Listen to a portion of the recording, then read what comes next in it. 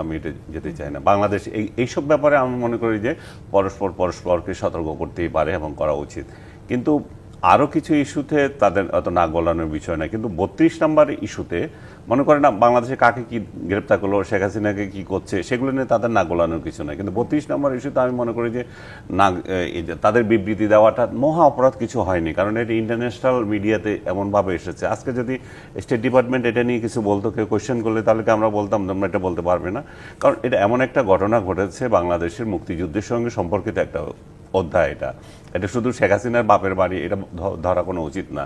তো সেই জায়গায় যখন একটা ঘটনা ঘটে এবং সরকারেরও কিছু নির্লিপ্ততা ধরা পড়ে, তখন সেটা তারা বলতেই পারে। সরকার শুরুতেই এটা সরকার প্রায় 18-19 ঘন্টা পরে বিবৃতি দিয়ে বললেন যে অনাকাঙ্ক্ষিত এবং অনভিপ্রেত ঘটনা।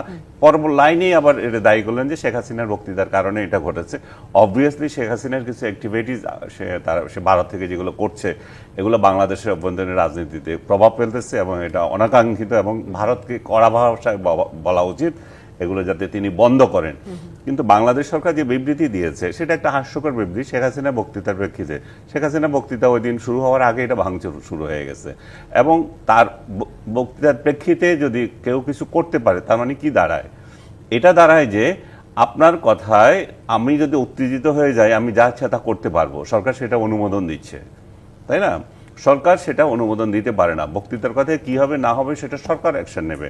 কিন্তু মব গিয়ে কারো বাড়ি হামলা করবে, এটা এই ঘটনা না শুধু, এটা আরও ঘটনা। শুধু ঢাকা শহর কেন, বাইরেও তো কিছু হয়েছে, এখনো হচ্ছে, তাই না? এখন কোনো রাজনৈতিক নেতার বাড়ি কেউ যদি কোনো আক্রমণ করে প্রতিহিংসাবশত, সেটা রাজনীতি হিসাবে চালানো যায়, কিন্তু এটা তো ঠিক রাজনীতি হিসাবে চালানো, এটা তো প্রতিহিংসা একটা বড় উদাহরণ হিসেবে দেখা হচ্ছে এবং মুক্তিযুদ্ধকে টার্গেট করে করছে। শুধু এটা নয়, আপনি দেখেন সরওয়ার্দী উদ্যানে আমাদের স্কাল্পচার যেহেতু ছিল, ভাস্কর্য ছিল, ওগুলো ভাঙছে, এবং আবার অন্যান্য জায়গাতেও এই ভাঙচুর হয়েছে। একটা কৃষকের মূর্তি ভাঙছে, এবং যারা ভাঙছে তারা কারা?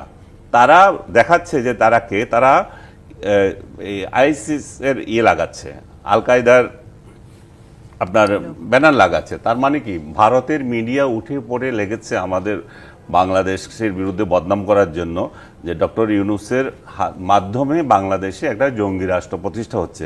তাহলে আমরাও তাহলে সেটাকে সহযোগিতা করছি, তাহলে বলতে হবে আমাদের অ্যাক্টিভিটিসগুলো বা আমাদের সরকারের যদি ইনেকশনে তারা যদি এটা ইনঅ্যাক্টিভ না হয়, এদেরকে প্রতিরোধে যদি ব্যবস্থা না নেয়, যে তাহলে যে যার বাড়িতে যেভাবে যখন ইচ্ছে হামলা করবে, এবং এইভাবে আমাদেরকে ইন্টারন্যাশনালি খুব বাজেভাবে বাংলাদেশকে পোর্ট্রেট করা হবে, এবং তার কারণে বাংলাদেশের ব্যবসা বাণিজ্য বিনিয়োগ অনেক কিছু ক্ষতিগ্রস্ত হবে।